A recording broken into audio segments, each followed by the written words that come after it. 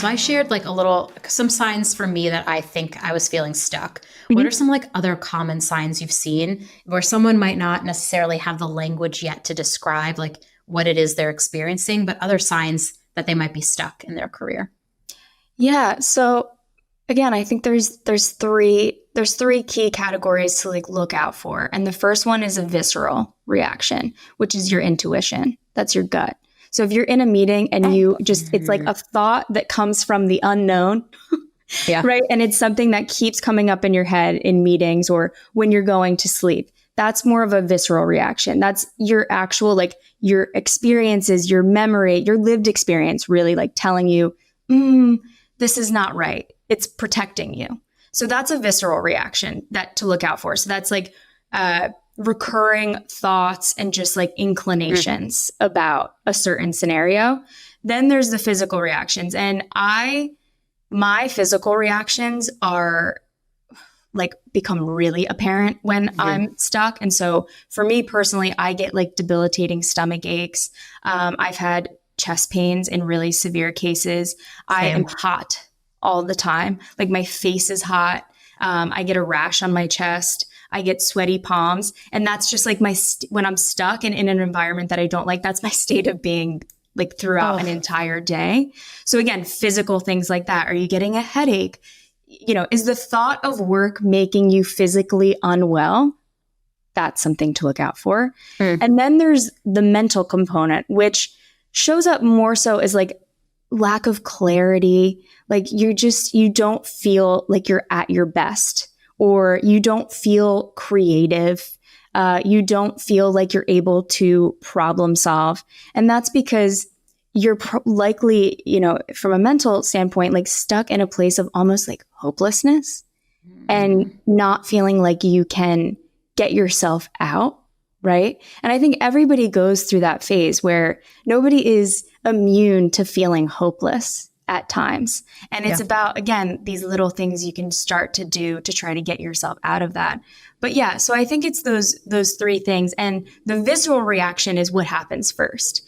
And a lot of people, again, because we go about our day busy, busy, busy, busy, busy, filling all of our time, not taking breaks between meetings. So we don't give ourselves the time to really acknowledge that visceral reaction Yeah. oftentimes. And so that's why it's like incorporating breaks in your day, walks, things like that are so important because it allows that to come up to the top and for Yeah. you to acknowledge it. I love my little mental health walks. I oh my God.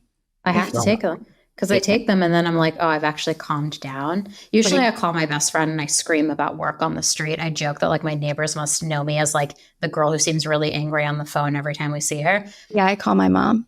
And then that too. But then I've like started to like calm myself down and it's helpful. The visceral reaction is very interesting to me because like I had not terrible acne, but like my face was like really breaking out when I was at the job where I felt like I was Mhm. really stuck. And I think it was just like a stress response Yeah. because my body was like, you are so unhappy and you feel so stuck and you can't change anything. And Yep. now you have acne. And that's the thing. It's like it all links together. It's like your intuition knows, your body starts signaling it, and then you literally can't use your brain. Like that's what happens when you're Yeah. stuck. How do people get there? Like, how do folks get to feeling stuck in their career? Great question and a very big question to answer. And I think it is different for everyone. Totally. Yeah. And so how I'll address this is really, it's because of society, right? And the way that we are taught and conditioned. So I think that right now we're in this collective state of stuckness. I would say about 80% of the people that I talk to are telling me that they're stuck. I just went to an event last night for one of my clients and I met someone who is a very high level executive. And I was telling her about what I did. And she immediately goes, I just feel like my job is crushing my soul. And she's like, but it's great financially, but I know that I can give and do so much more. Again, this goes back to women wanting to do a lot more beyond just like Obviously. that job. But I think we're in this collective state right now. And again, that is because the working generations right now, so there's various generations that are currently in the workforce right now. We've all been taught that money and status are of the utmost importance, and that being liked is of the utmost importance, even if it compromises how we feel, what we need, and what we believe in. And so we have been going through life, and I did this at the very beginning of my career as well. We go through life just conforming and fitting into various boxes. So for me personally, in high school and throughout my childhood, again, I was a competitive dancer. I was girly. I didn't play sports. I liked clothes. And so everybody was like, oh, the fashion girl. So I went to college for fashion. I basically just mirrored what people saw me as.